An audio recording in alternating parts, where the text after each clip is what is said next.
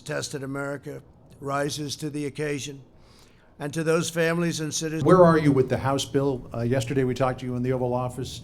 You were opposed to it. What has happened since then, and what's the holdup on that? We just don't think they're giving enough. We don't think the Democrats are giving enough. We're negotiating. We thought we had something, but all of a sudden they didn't agree to certain things that they agreed to.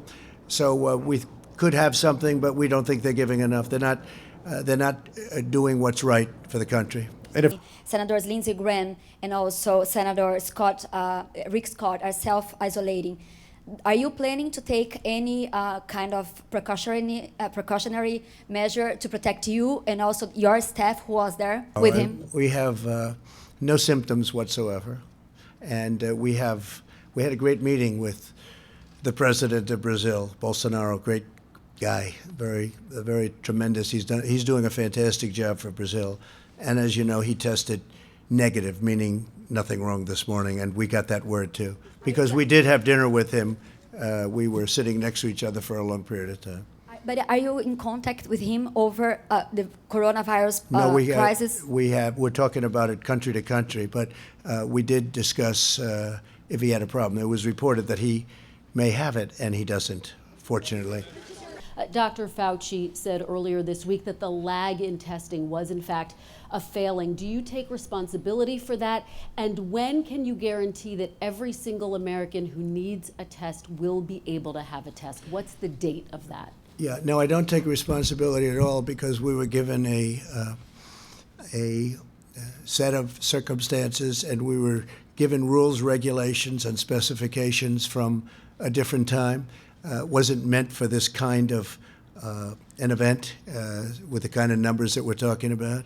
And what we've done is redesigned it very quickly with the help of the people behind me. And we're now in very, very strong shape. I think we'll be announcing, as I said, Sunday night. And this will start very quickly. And we'll have the ability to do in the millions over a very, very quick period of time. Will you have, yes, please, by Sunday night, will every American be able to get a test? So just to reiterate what I said to many of you multiple times, it's a dissonance of a system. The system was not designed for what it was designed for. It worked very well. The CDC designed a good system. If you want to get the kind of blanket testing and availability that anybody can get it, or you could even do surveillance to find out what the penetrance is, you have to embrace the private sector. And this is exactly what you're seeing because you can't do it without it.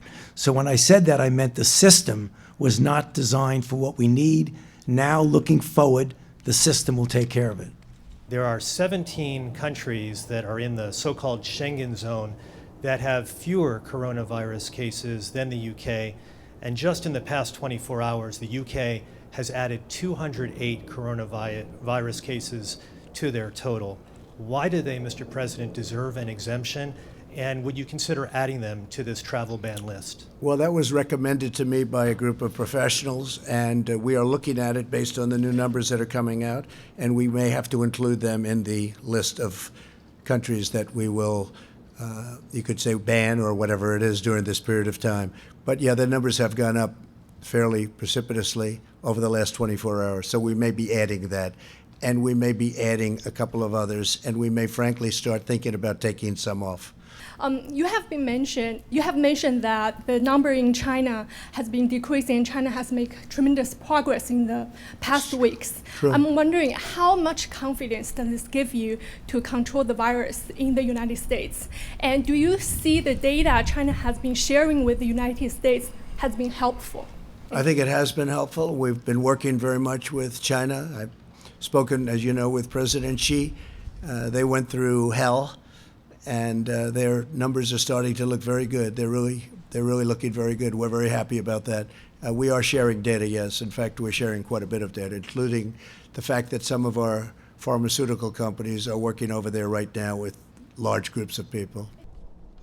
Great, thank you. It's a great question, and Dr. Fauci and I have worked together a very long